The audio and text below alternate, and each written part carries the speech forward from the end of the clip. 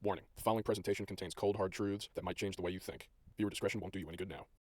There are too many great video games to play right now. Way too many. It is not fucking cool, and I am dead serious. The Division 2 just came out.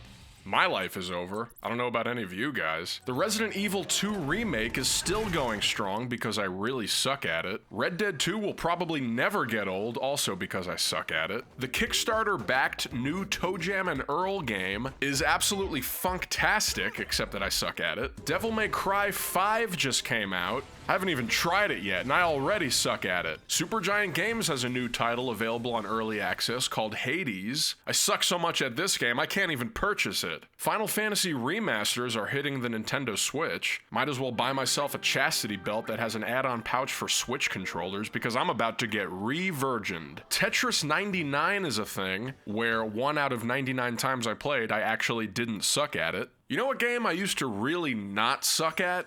Goosebumps Escape from Horrorland, the interactive children's horror game for Windows 95. Yes, this is a game where you can't actually die, but hey, so was Final Fantasy 15, and people still bitched that it was too hard. But every once in a while, I get the urge to randomly revisit some semi-forgotten, once revolutionary game from my childhood to see if it has any redeeming value today. Escape from Horrorland was the sequel to Goosebumps book number 16, One Day at Horrorland, and it features the characters from it. Now, you're probably wondering, how the fuck is this relevant right now? We've got ISIS in Syria, activity at North Korean missile sites, Boeing commercial airplanes are crashing all around us, we've got jaguars attacking people, and so many other life-threatening things in our world. So, why talk about a children's game from more than 20 years ago?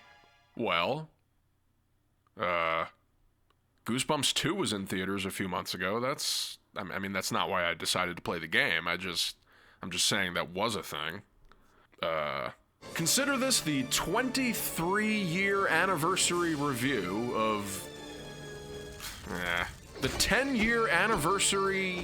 forget it. To be honest, this game has been on my mind ever since about a year ago, when a game called Goosebumps Horror Town was released on iOS and Android, where you follow Slappy the Dummy and other known monsters from the Bumps series as you construct an adorable little town filled with references to the... Oh god. This is just like Simpsons Tapped Out, isn't it? AKA the worst drug ever introduced to mankind. Just get it all away from me right now. How much is this game? No! Fuck you, Horror Town! But Escape from Horrorland was the first ever Goosebumps video game. And that was a pretty big deal to me when it was released. Which, by the way, was when I was only 8 years old. That's right. I don't actually look like this. I know, it is shocking. But I was so young when this game came out that these kids were older than me. As a child, I found this game to be scary as shit. Running through the woods from the werewolf, crawling through the tunnel trying to escape the mummy, Jeff Goldblum just... my beauty. Being himself. This highly underrated actor who clearly has a theater background and believe it or not is this guy from the Hills Have Eyes remake. There's this monster. Over here! Who, because having a Woody Allen accent in a game full of kids, is easily the scariest thing in it. There's even an appearance by Isabella Rossellini, no I am not joking, basically playing a cousin of her character in Death Becomes Her. Now since this is a horror game for kids, it has a lot of wacky and silly elements. That's always a mashup of actual horrifying themes with genuine hilarity. Some moments in this game border on comic genius. Who stole all my chocolates? And since Escape from Horrorland was very much like watching a film, it was actually directed by a guy who went on to do Cats and Dogs, Son of the Mask, and Tales from the Crypt. Yeah, that sounds about right. So let's boot up our Windows 95 emulator. Ladies, be impressed. And let's check this game out for the first time in many, many years. Oh man, this just reminds me of getting yelled at by my mom for being on the computer too late. And then she'd beat me with the keyboard. So much nostalgia. This is so special, you guys. What is this, Poltergeist? Oh, she should have said, what is this, the ghost next door? Eh? Book number 10? Am I right? Steaming hot face for your... The story in this game is straightforward. You are some unnamed kid accompanying Lizzie in trying to rescue her brother and their Limp Bizkit loving friend from this really shitty theme park. When I played this as a child, I felt this sense of relatability to these characters. I felt like I was hanging out with these cool new friends in this horrifying yet awesome theme park hellscape. But if you play this as an adult, it just feels like you're stuck babysitting some annoying kids. Like you're a camp counselor that went on the wrong field trip. So right off the bat, you'll notice that this game's greatest strength is its atmosphere. The ambient background sound effects are so off-putting and eerie. If you just zone into this, you will freak the fuck out. As for what you do in this game, you basically locate and pick up items that you store in a sick-ass fanny pack. These items range from a raw T-bone steak to a live cockroach. You know, all things that you would normally put in a fanny pack, but they're mostly key items that you'll use to solve puzzles and advance through the park. The main collectible is these cool shiny gold coins, which barely serve a purpose. You can spend them in several places around the park for optional little tidbits of whatever, but for the most part they serve as an extra achievement to see how many you finish with. Because when you get hit by something, you lose coins, but you don't die if your coin count reaches 0. Now, Escape from Horrorland contains a few optional story beats, an entire optional level, and several optional hidden minigames. But the first few times I played through this game, I had no idea that you could climb into the sewer, and the game becomes a bootleg version of Doom, without the guns. It's Doom minus the M. Do. Would you like some sausage? But this tunnel system is so vast. It's like a whole second game, hidden underneath the main one. The part where you have to press all of the talking pumpkins in a proper order so they recite the title of a particular classic Goosebumps book, number 20, basically sounds like the most annoying thing in the world. But once you get it right, it turns into the funniest / greatest thing in the whole game. The Scarecrow walks at midnight, and he will kill you. You will die. The whole game is now worth it just for this. The Scarecrow walks at midnight, Mr. Carter. I swear, it's unbelievable. Look at this werewolf. I can't believe I used to think this was frightening. He looks like Brack from Space Ghost. And speaking of 90s references, that sound effect is the exact same one that plays in Earthworm Jim when you bounce on tires. I feel like my tires are being slashed right now. You know, this game really is filled with visual elements to explore that range from creepy to hilarious, like where you're searching through the werewolf's bedroom. I thought this was pretty horrifying when I was little. But then you go over here and you find the werewolf's driver's license and video rental card. You're telling me this man is stepping into a video store and renting videotapes? Tell me that's not hilarious to picture. This, on the other hand, is really scary. Oh, shit. Hey, it's that kid from Kindergarten Cop. Now, I love the mummy chase scene, but the actual fight and the part where he gets crushed are kind of a letdown. Look, the camera just pans away because they didn't feel like doing an animation of the column falling on him. I love how he flings his hand out to give you the ring. Like, what kind of dead body does that? You know, Luke was always my favorite character as a kid, and it's all because this kid is actually a great actor. I finally managed to pinch one of them. Sucker that's deflated like a helium balloon. Shoo. I remember being a kid and just thinking that this dude was the funniest, coolest kid on the planet. I also remember being a kid and this being by far the most time any girl has ever spent talking to me. Hey, Luke, you're looking like you gotta go to the bathroom or something. What's going on? Now he just looks bummed that we're in the library. Come on, kid, let's read some books. You need to learn a thing or two about reading. Huh.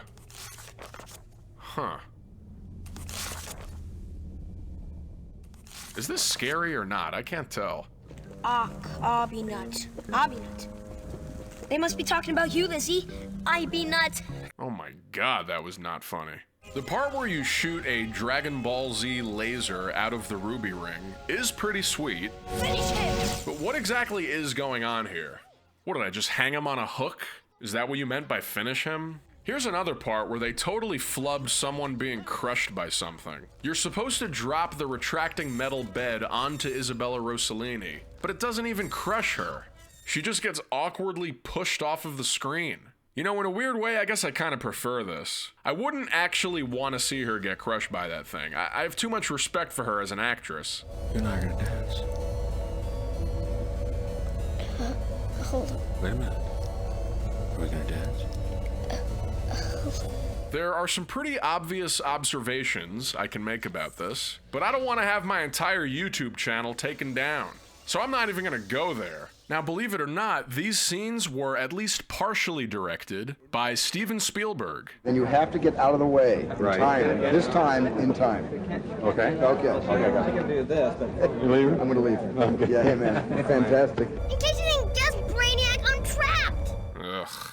Why are we even rescuing Clay? He's not family, he's annoying, and he looks like Fred Durst. Oh, but this is great. This is like a jackpot of— oh my god, no! No, don't leave me here with him. Oh my god, they left me down here with Jeff Goldblum. Kids, please come and save me. One of you? Anyone? Even Clay? Ah! Oh, this isn't cool. Oh, thank God it's Lizzie. Wait a second. I don't have to be afraid of him. I still got the Ring of Ra.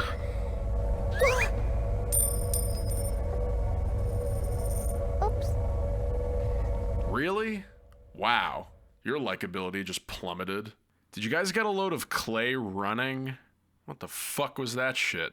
Now, I'm pretty sure it's impossible to avoid getting hit at least once during this part. So good luck trying to finish with a perfect coin score. Seriously.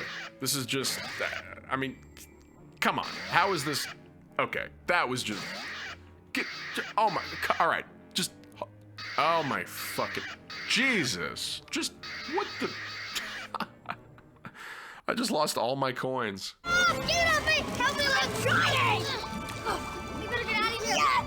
Damn it, almost got him. Now, I'm honestly not bothered by the fact that there is no final boss involving rings shooting lasers at a haunted octopus and other crazy cool shit that was grossly underused, but I do think they could have come up with something a little more interesting than this for the final boss. You basically just play a couple of rounds of Simon, and if you fail at it multiple times, it will just give you a combo that is stupidly easy.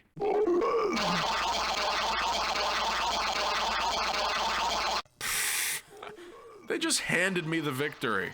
I always thought this part was genuinely horrifying. It's a mess, Stormcloud!